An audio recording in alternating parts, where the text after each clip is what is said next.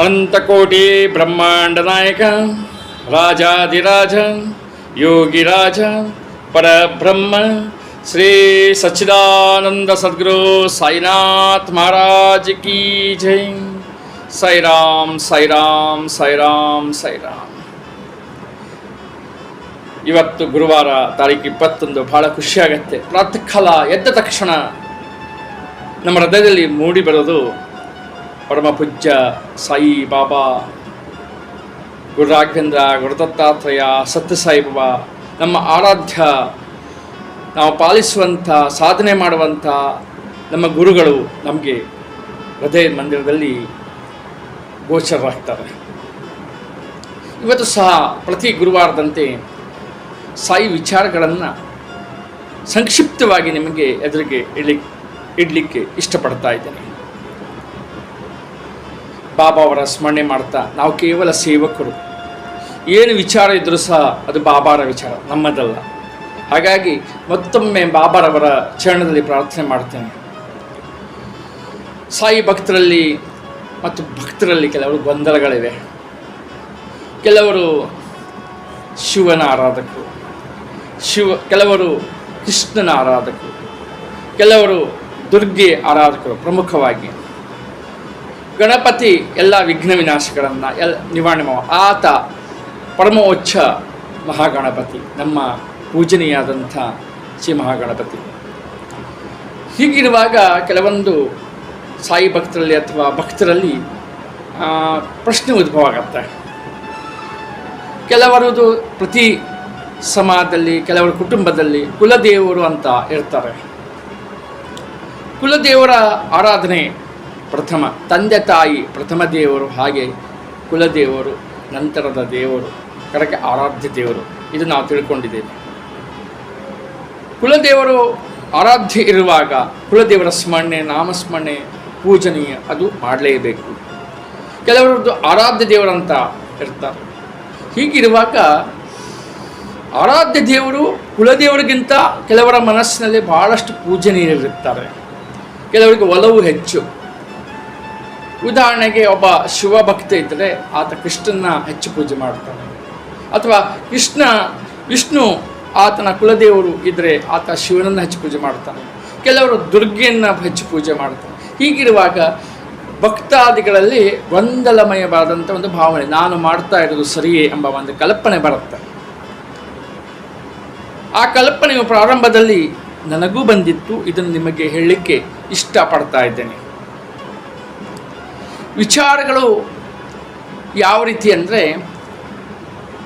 ಸಾಯಿ ಚರಣವನ್ನು ಸ್ಮರಣೆ ಮಾಡ್ತಾ ನಿಮಗೆ ತಿಳಿಯಬಡಿಸುವುದೇನೆಂದರೆ, ನನಗೂ ಈ ವಿಚಾರಗಳು ನನ್ನ ಮನಸ್ಸಿಗೆ ಗೋಚರಿಸಿದಾಗ ನಾನು ಸಹ ಒಬ್ಬ ಸಂತರಲ್ಲಿ, ಗುರುಗಳಲ್ಲಿ ನಾನು ಕೇಳಿದೆ, ನನ್ನ ದೀಕ್ಷೆಯನ್ನು ಪಡೆದಂತ. ಅವರು ಒಂದು ಮಾತನ್ನು ಹೇಳಿದರು. ಏನೆಂದರೆ, ಸಂಕ್ಷಿಪ್ತವಾದ ನಮ್ಮ ಪ್ರಶ್ನೆಗೆ ಉತ್ತರವನ್ನು ಕೊಟ್ಟರು. ನಮ್ಮದು ಕುಲದೇವರು ಶಿವನಾಥ, ನಾನು ಹೆಚ್ಚು ಆರಾಧ್ಯ ಮಾಡೋದು ಕೃಷ್ಣ ಪರಮಾತ್ಮ ಹಾಗೂ ಬಾಬಾ, ದುರ್ಗೆ. ಹೀಗಿರುವಾಗ ನಾನು ಮಾಡ್ತಾ ಇರೋದು ದಾರಿ ಅಥವಾ ನನ್ನ ಕ್ರಮ ಸರಿಯೇ ಎಂಬ ಪ್ರಶ್ನೆ ಬಂದಾಗ ಅವರು ಒಂದು ಮಾತನ್ನು ಹೇಳಿದರು.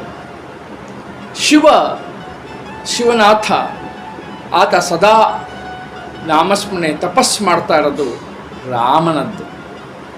ರಾಮ ಅರ್ಥಾತ್ ವಿಷ್ಣು, ವಿಷ್ಣು ಅರ್ಥಾತ್ ಕೃಷ್ಣ. ಹೀಗಿರುವಾಗ ನಾವು ಒಂದು ವೇಳೆ ಕೃಷ್ಣನ, ವಿಷ್ಣುವಿನ, ರಾಮನ ಆರಾಧನೆ ಮಾಡ್ತಾ ಇದ್ದರೆ ಶಿವ ತೃಪ್ತಿ ಪಡ್ತಾನೆ, ಖುಷಿ ಪಡ್ತಾನೆ. ಯಾಕಂದರೆ ಶಿವ ಶ್ರೀರಾಮನ ಆರಾಧಕ.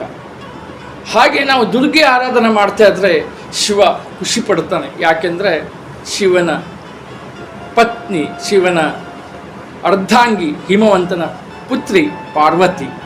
ಹೀಗಿರುವಾಗ ನಾವು ಈ ವಿಚಾರದಲ್ಲಿ ಯಾರಿಗೂ ಯಾರ ಪೂಜನೆ ಮಾಡಿದರೂ ಸಹ ಮುಟ್ಟುವುದು ಒಬ್ಬರಿಗೆ, ಅದು ಕೃಷ್ಣಾರ್ಪಣ ನಮಸ್ತು. ಹಾಗೆ ನಾವು ಬಾಬಾರವರನ್ನು ಪೂಜನೀಯ ಮಾಡ್ತಾ ಇದ್ರು ಸಹ ಅದು ಮುಟ್ಟುವುದು ಸಹ ಪರಮಾತ್ಮನಿಗೆ, ಭಗವಂತನಿಗೆ. ಯಾಕೆಂದರೆ ಬಾಬಾವರ ಇಡೀ ಸಚ್ಚರಿತ್ರೆಯಲ್ಲಿ ಉಲ್ಲೇಖಿತವಾಗಿರುವುದು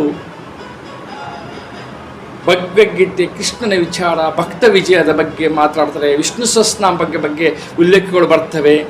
ಭಕ್ತ ವಿಜಯ ಗ್ರಂಥದ ಪಾರಾಯಣ ಮಾಡಿ ಅಂತ ಭಕ್ತರಿಗೆ ಗ್ರಂಥಗಳನ್ನು ಕೊಡ್ತಾರೆ. ಈ ವಿಚಾರವಿರಬೇಕಾ ಬಾಬಾ ಕೃಷ್ಣನ ಪರಮ ಭಕ್ತರಾಗಿದ್ದರು. ಮತ್ತು ಕೊನೆಯಲ್ಲಿ ತಾವೇ ಆ ಸಮಾಧಿ ಸ್ಥಾನ ಇರುವ ಜಾಗದಲ್ಲಿ ನಾನು ಕೃಷ್ಣನ ಪ್ರತಿಮೆಯನ್ನು ಸ್ಥಾಪನೆ ಮಾಡಲಿಕ್ಕೆ ಅವಕಾಶ ಮಾಡಿಕೊಡ್ತಾರೆ. ಆದರೆ ಖುದ್ದಾಗಿ ತಾವ ಬಾಬಾ ನಿಲ್ತಾರೆ. ಒಂದು ಮನನ ಮಾಡಿಕೊಳ್ಳಿ. ಕೆಲವರಿಗೆ ಅನಿಸಿರ್ಬೋದು, ತಾವು ಶಿವನ ಆರಾಧನೆ ಇದ್ದರೆ ದುರ್ಗೆ ದೇವಸ್ಥಾನಕ್ಕೆ ಹೋದರೆ ಅಥವಾ ಕೃಷ್ಣ ದೇವಸ್ಥಾನ ಹೋದರೆ ಅಲ್ಲಿ ಶಿವನನ್ನು ಕಾಣಿ. ಕೃಷ್ಣನ ಭಕ್ತರಿದ್ದರೆ ಶಿವನ ಗುಡಿಗೆ ಹೋದರೆ ಅಲ್ಲಿ ಕೃಷ್ಣನನ್ನೇ ಕಾಣಿ. ಬಾಬಾ ಅವರ ಭಕ್ತರಾಗಿದ್ದವರು ಸಹ ಎಲ್ಲ ದೇವಾಲಯವಿದ್ದರೂ ಬಾಬಾ ಅವರನ್ನು ಕಾಣಿ. ಇದು ಸಾಯಿ ಸಚರಿತದಲ್ಲಿ ಉಲ್ಲೇಖವಿದೆ. ಒಬ್ಬ ವೈದ್ಯ ಬಾಬಾ ಅವರ ದರ್ಬಾರದಲ್ಲಿ ಹೋಗಿ ಬಾಬಾ ಅವರಿಗೆ ನಮಸ್ಕಾರ ಮಾಡೋದಿಲ್ಲ ಅಂದಾಗ ಸಾಷ್ಟಾಂಗ ನಮಸ್ಕಾರ ಮಾಡೋಕ್ಕೆ ತಮ್ಮ ಗುರುಗಳ ಡೊಲಪ್ನನ್ನು ಕಾಣ್ತಾರೆ. ಅದನ್ನು ನಾನು ಹಿಂದಿನ ವಿಚಾರಗಳಲ್ಲಿ ಉಲ್ಲೇಖ ಮಾಡಿದೆ. ಅದಕ್ಕಾಗಿ ಯಾವ ಭಕ್ತರು ಯಾವುದರಲ್ಲೂ ಗೊಂದಲಮಯ ಮಾಡಿಕೊಳ್ಳುವ ಅಗತ್ಯ ಇಲ್ಲ. ಏನು ಮಾಡಿದ್ರು ದೇವರು ಒಬ್ಬನೇ ಆತನಿಗೆ ಮುಟ್ಟತ್ತೆ. ನಾವು ಹೇಗೆ ಗೋಧಿಯನ್ನು ಹೇಗೆ ಪರೋಟನ, ಚಪಾತಿನೋ ಅಥವಾ ಖೀರ್ನೋ ಅಥವಾ ಗೋಮೇದದ ಒಂದು ಹಲವಾನೋ ನಾವು ಮಾಡ್ತೇವೋ, ಹಾಗೆ ಒಂದು ಧಾನ್ಯವನ್ನು ಹಲವು ಪದಾರ್ಥಗಳಿಗೆ ಉಪಯೋಗಿಸ್ತೀವೋ ಹಾಗೆ ನಮಗೂ ದೇವರು ಒಬ್ಬನೇ. ಆಕೆಗೆ ಯಾವುದೇ ಗೊಂದಲಮಯ ಮಾಡೋದು ನಿಮ್ಮ ಅನುಸಾರವಾಗಿ ನಾಮಜಪ, ಪ್ರಖಂಡವಾದಂಥ ನಾಮಜಪ, ಪೂಜೆ ಪುರಸ್ಕಾರಕ್ಕಿಂತ ಭಗವಂತ ಹೇಳಿದಂತೆ ಪುಷ್ಪಂ ಫಲಂ ತೋಯಂ ಹೇಳಿದಂತೆ ಕೇವಲ ಭಗವಂತನಿಗೆ ಕೇವಲ ಒಂದು ತೊಟ್ಟು ನೀರು ಅಥವಾ ಒಂದು ಹೆಸಳು ಹೂವು ಅಥವಾ ಒಂದು ತೊಟ್ಟು ಎಲೆ ಇಷ್ಟಿದ್ರೆ ಸಾಕು, ಭಗವಂತ ಖುಷಿ ಆಗತ್ತಾನೆ. ನಿಮ್ಮ ಪೂಜೆ ಅಷ್ಟೇ ಸಾಕು. ಕೇವಲ ಭಗವಂತನಿಗೆ ನಿಮ್ಮ ಅರ್ಪಣಾ ಮನೋಭಾವ ಆತನ ಚರಣಕ್ಕಿಟ್ಟು ಆತನನ್ನು ನೆನೆಸುವುದೇ ನಮ್ಮ ಮನದಲ್ಲಿ. ನಾನು ಪ್ರಾರ್ಥನೆ ಮಾಡುವಾಗ, ನಾನು ಎಲ್ಲಿ ನಡೆದಾಡುವಾಗ, ಓಡಾಡುವಾಗ, ಕಾರ್ಯ ಮಾಡುವಾಗ, ಕರ್ಮ ಮಾಡುವಾಗ ಭಗವಂತನ ನೆನೆಸುವುದೇ ಪೂಜೆ ಅಂತ ತಿಳ್ಕೊಳ್ತಾ ಆ ಭಗವಂತ ಒಬ್ಬನೇ ಅಂತ ತಿಳ್ಕೊಳ್ತಾ ಇವತ್ತು ಸಾಯಿಯ ಈ ಗುರುವಾರದ ಕ್ಷಣದಲ್ಲಿ ಬಾಬಾ ಅವರ ಸುವಿಚಾರಗಳನ್ನು ನಿಮಗೆ ಹೇಳ್ತಾ ಇದ್ದೇನೆ. ನಿಮಗೆಲ್ಲರಿಗೂ ಶುಭವಾಗಲಿ. ಅನಂತಕೋಟಿ ಬ್ರಹ್ಮಾಂಡ ನಾಯಕ ರಾಜಾದಿರಾಜ ಯೋಗಿರಾಜ ಪರಬ್ರಹ್ಮ ಶ್ರೀ ಸಚ್ಚಿದಾನಂದ ಸದ್ಗುರು ಸಾಯಿನಾಥ್ ಮಹಾರಾಜ್ ಕಿ ಜೈ.